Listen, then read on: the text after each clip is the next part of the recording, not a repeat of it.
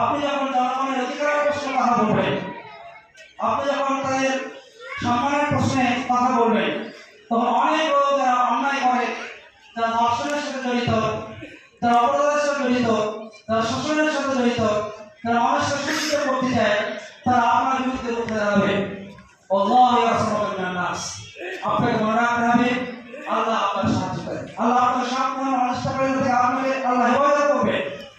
সমাজের সাথে আপনারা এটা অনুভব করে মক্কা এবং মদিনায় আল্লাহ নবীর সাথে কাদের সংঘর্ষ হয়েছে, কাদের